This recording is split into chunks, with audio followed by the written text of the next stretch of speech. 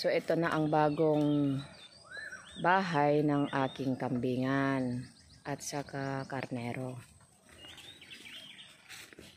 Ito, meron na silang paglagyan ng pagkain. Oh. I-test nga natin kung paano sila kakain. Inubos mo na naman, manang. Oh. Oh.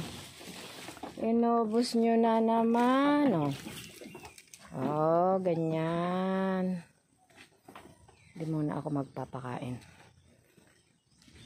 Merong dapat pintuan dyan, hindi pa tapos. Kaya sila nakatali. Yan, ganito rin dito. Hindi pa yan tapos. So, pwede ka lang doon sa baba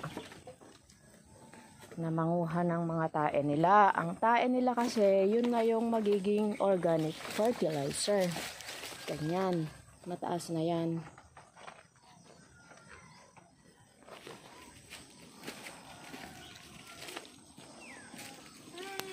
Ayan, see?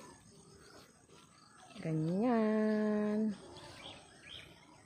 Magulo pa siyang tignan kasi nga hindi pa naayos. Paglilinis ako mamaya.